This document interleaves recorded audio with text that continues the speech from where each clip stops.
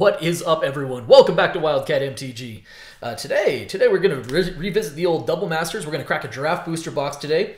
Kind of feel like now's a good time to kind of talk about some of the pricing on the sealed product and the singles. And honestly, there's actually a few cards, as much of this as I have opened, which is, quite a bit. There's still some cards that I actually still haven't pulled yet that I would love to pull. So that's kind of what we're going to do. And with that being said, let's just dive on in and let's crack some packs. So as of the filming of this video, the actual draft booster, the sealed boxes have, I would say they've leveled off. They're not really growing, but they also haven't really gone down. Sitting right about 320, between, I would say between 320 and 330 right now as the average market price, and that's of course before tax. Meanwhile, market saturation wise, the market has finally absorbed a bunch of this product, as much as it has having been opened, and the singles prices have dropped. Imperial Seal still sits at the very top. Ooh, nice little Path to Exile to start us off as a foil. Nice little foil uncommon. Start off with Pack 1 Mythic one. This is Aminatu. Not one of the more desirable mythics from a value standpoint, but I actually haven't pulled this card yet, so it's kind of cool to actually pull something I haven't pulled yet. I will take it. And then a Blood Forged Battle Axe as our next rare. So market-wise, the singles are down now. If you were looking to pull up, there's lots and lots of very playable cards from this set. That is obviously one of the strengths of a Masters product, is having some cards in there that desperately needed some reprints, and watching the singles price get to go fall down a little bit. We've got a Figure of Destiny and Wasitora. And so if you're looking for playables, Kolaghan's Command, I think, is a really good example, is a really playable card. And I think the market price on that right now is like $3.50. Surgical Extraction sitting at around, what, $4 to $5. I have no idea where the bottom of the market will be. Boartusk Liege. Conqueror's Flail, still holding strong at like $4 or so. And a nice little Devoted Druid. I can't tell you guys where the bottom of the market will be, or what the absolute low on the price of a card, where it'll end up. But I kind of think it's just about finding a price point that you are comfortable with. And if you had some of these cards that are traditionally $10, $15, $20 cards that are now sitting at a third of what they were at, that I think is where we have to kind of consider to win. Nice. All right, second mythic of the box, we've got Elenda. Elenda's kind of a mid-tier mythic. I think she's probably right around, I don't know, $10 or $11, something like that. So that's kind of cool. Thistledown Liege as our next. We're trying to dodge those Lieges because unfortunately they don't carry a lot of, they're fun cards, but don't carry a lot of actual value. So this is a big set, right? There's a lot of cards in it, and you can open an entire case and still not pull a copy of every card. And as is the case, and how many of these are being opened? Hey, Borderless Blood Forged Battle Axe. Cool art, not super valuable on the actual value standpoint, but the Borderless cards look good. And then Atla Palani Nest Tender as our next rare. Just kind of talking about the EV of these boxes. If I'm being honest, this is, if you're looking to open these and immediately flip singles, for the time being, that ship has sailed. When you've got boxes holding steady at draft booster boxes at $3.30 for a market price, most of the time you're not making that up in EV right now. But for those who are just looking to open some cards that they want to play and use, or are holding them, ooh, look at that, third mythic. So this is a very nice, this is, a pretty top tier hit. I think Food Chain is still right around 38, something like that. Maybe a little bit lower, maybe like 35. But very nice mythic. Mael next up. Hey, Shadowborn Apostle, cool. That's like still a $3 common. My recommendation, or at least what I'm doing, I don't want to say recommend because it's different for everyone, but now is like a holding period where, like, if you're trying to acquire singles, now is a really good time to go out and buy singles. But if you're opening the product, to me, this is like a holding, where if I'm opening things like Surgicals or K-Commands or Panharmonicons, right, now is a really good time for them pricing wise. Hey, a little Una's Prowler, that's cool. Actually, I don't think I've opened too many of those yet. Now is the holding period, right? Because eventually, with enough time between reprints, these cards see a lot of play, And right now they're just in the market. Oh my gosh, there we go. Well, that is a foil borderless divining top. What a huge hit. And a foil hardened scales. Is that the same pack? Whoa. Okay. Foil. This is again this is a Japanese from the Japanese printing from the set. The draft booster boxes. So the foiling's a little bit more subtle. It's a little bit more of that matte. But that is a foil borderless divining top. What is a bananas hit, and a foil hardened scales to go with it. Well, that's pretty fancy. Definitely not necessarily expecting that. We still have rares in this pack, so let's look at Disciple of the Ring as a rare, and then a Sidisi Blood Tyrant as another rare. That was a hell of a pack. That was a 4 rare pack, including two foils and one being a borderless top.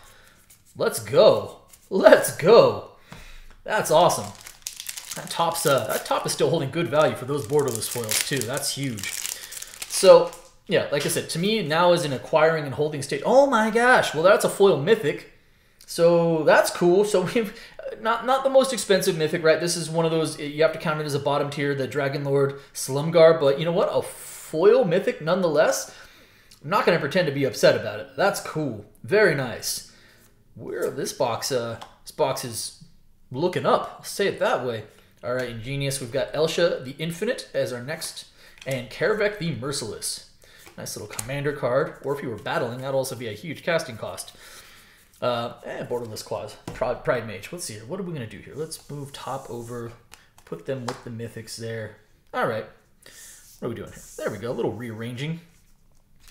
Yeah, you know, and that's kind of what I'm talking about, right? It's like there's 40 mythics in this set. And as of the filming of this video, 15 of them are below $5, are $5 less in value. Of 15 of the 40 mythics, I think another 7 of them are below $10. So there is a huge swing and miss factor with even the mythics, right? And there's obviously a lot of top tier stuff at the top. Warriors, though, man, this box is pretty gas. This is down to like $12. Again, this is one of those P3K reprints, just like Imperial Seal. It was carrying a huge price tag on it, mostly due to scarcity because P3K was a very low print run. You know, it's a playable card. It's a fun card, but it doesn't have nearly the same actual playability outside of scarcity that you know, Imperial Seal does. And thus, this is probably down to like $12 right now. But a mythic nonetheless. Not upset about it. I mean, we're already at 4 mythics, and we're just finishing up the first, you know, just into the second column of this box. So this box has been really, really high end so far. And that's what I'm talking about. Like, you know, again, just kind of emphasizing like this is a huge set. There's a lot of swing and miss to it, and you know the hits at the top are very, very good. But if you're looking to like flip cards right now and open and just crack and flip, now is probably not that time. Thought Scour in that borderless foil, which is actually pretty sweet looking. That's pretty nice. And then Aven Initiate, Micaeus, cool little rare. Not a huge value, but it's a nice rare. And Rafik of the Many. A nice little Sanctuary. A lot of good, like, just subtle hidden value. Again, those, you know, borderless bounce lands are always going to carry a few dollars in price tag. You know, and if you're looking to acquire stuff, I think this is still a really viable set. Foil Blood Artist, very nice. But now is not really the flipping time. Grimflayer, cool, and Surgical, very nice. Again, down to $5, but man, this card, there was a time, Ewit, nice. There was a time, in a borderless Swift Spear, when Surgicals were like $60. Now, this was back when Modern Horizons 1 came out, and Hogak was in like, I don't know, 70% of decks. But Surgical was like a $60 card. Even before this set came out, cool Mimeoplasm. And Pillar of Peruse. You know, even before the set came out, I think Surgical is a, what, $10 to $15 card, somewhere in that neighborhood. Right now, it's down to $5. So as far as acquisition phase is concerned, now's not a bad time. Would I go out and want to then immediately throw this on eBay to get $5 out of a Surgical? No, that's where I'm like, I would rather just hold that card and, you know, see where it goes rather than sell it for a fraction of what it was worth prior. This is our fifth, technically our sixth, counting the foil, but we've got an Earl the Miststalker, not a high-end mythic. Again, this is one of those sub $5, but a very cool commander mythic. Nice little Voltron mythic as far as a commander card is concerned. Cold Steel Heart. All right, not bad. This box actually has been pretty good so far. It's been pretty good to us. I mean, the fact that we actually pulled a foil borderless top is absolutely huge in that. And again, as far as like mythics carrying us, Food Chain definitely helps. Warrior's Oath, again, no slouch. Same with Dusk Rose. What I would love to see, well, dang, another mythic. Holy moly. Okay, all right. Concordant Crossroads. Still actually holding pretty decent value. Gosh, probably $20, something like that would be my guess. Very nice mythic as far as value is concerned. Master Biomancer next up. This box has been pretty high end, actually. I would think. We'll see where it shakes up. We have last pack of the middle column right now, and we are already, like I said, at 6 mythics. So this is looking to be an above average mythic box for sure. All right, Deep Analysis. Ashen Rider, very cool reanimation target. And Venser, Shaper Savant. I feel like everyone has like a roughly the same opinion of Venser. Anytime somebody like cracks the card, they're kind of like, ooh, a Venser. And then you realize the card is worth like, I don't know, 25 cents or something like that. And you're like, oh, that's, all right. But like still simultaneously people are somehow like, oh, Venser. I think it's just from back in the day when Venser actually did have a nice little price tag to him, but some old school price memory. All right, we're now entering the last column of the box here, and we're going to start off with a foil borderless bounce land, good old Azorius Chancery, which is a beautiful looking land. Hyena Umbras next up, and Hardened Scale, again, just a consistent little $5, $6 rare, not bad, and Greater Gargadon, not so much there. Extravagant Darkness, another Chancery, cool. All right, if there is any gas left in this box, it's going to put us in a pretty good spot. I mean, you don't have a Seal, we don't have a Renin 6, we don't have any of the Spaghetti Monster Eldrazi's, no Docksides, so we are still missing out on some of the super high-end stuff, but overall, I still think we're doing okay. We've got Alesha Who Smiles at Death, and little Teneb the Harvester. And moving right along here, we've got about, 6 packs left? Let's see where we wind up. But if you were looking to see a reprint set and expect prices to dip, they did not dip initially. Hey, cool, foil Apostle. Okay, all right. You know what? It's not the most valuable card in the world, but Emil the Blessed is still a pretty playable card, and as a borderless mythic, I'm not going to be upset about that because that puts us at, 8 total mythics for the box, including a foil and a borderless. Very nice card. Good old Emil the Blessed. Very nice. And a Glen Elendra Liege. Inquisition, solid card. A couple of bucks in value. All right, not bad. Not bad at all. Love me some double masters. Yeah, I think the set is going to age well. I was having a debate or a conversation. I don't know if it was much of a debate on kind of where we feel with some friends on where we feel this set will end up as far as what it's going to age nicely, if it's going to age as well as the original Double Masters. I kind of tend to give the nod to the original Double Masters. Splinterfright, gross. But this set is also very, very strong. It's just very top heavy because it feels like you need to have hit at least a Renin 6 or one of those top 2 or 3 mythics to justify the price of the boxes, but again, still a very solid set, and I think it's going to age well. Spider Spawning, Fiery Fall. There we go. There we go. Very nice. That is a mythic, regular mythic number 7, and a total of, is that 9 for the box? Holy moly. Crucible. Again, just like a perpetually good card, right around $25 or so. One of the, in upper tier mythics, if you're saying 15 of the mythics are below 5, another 7 are below 10, as a $25 mythic or so, that is a very nice hit. And followed up by Prized Amalgam, which is like a 15-cent card. Borderless Flicker Wisp. Cool. All right.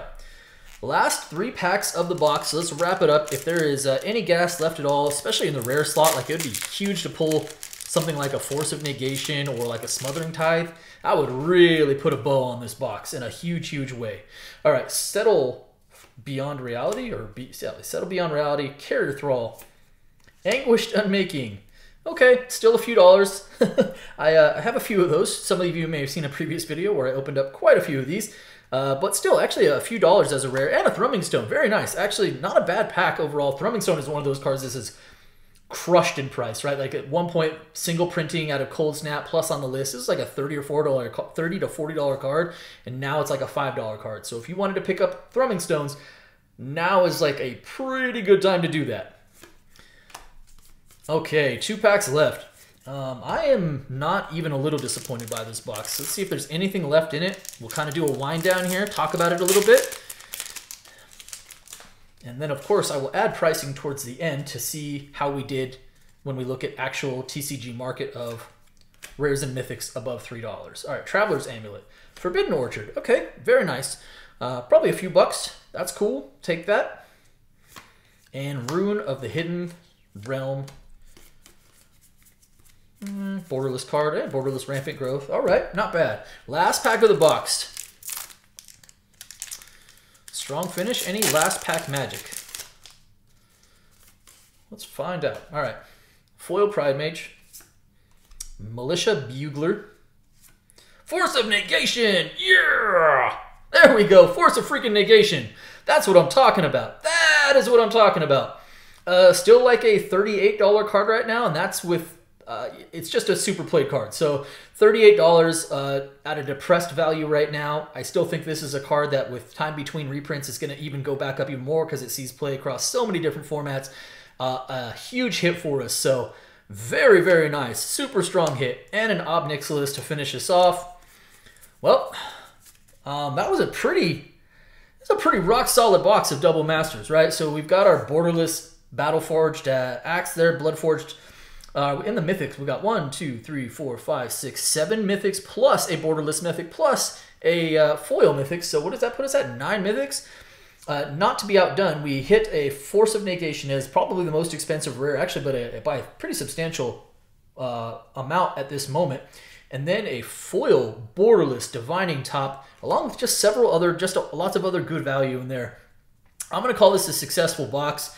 Hope you guys enjoyed the video, and just, do me a favor. If you like the video, if you like the content, and you're not subscribed, do me a favor, hit that subscribe button so I can, continue to do more of these box openings. Hit the like button for me, and of course, drop me some comments as well. I appreciate each and every one of you. Thanks so much, and have a great day. Be well, everyone.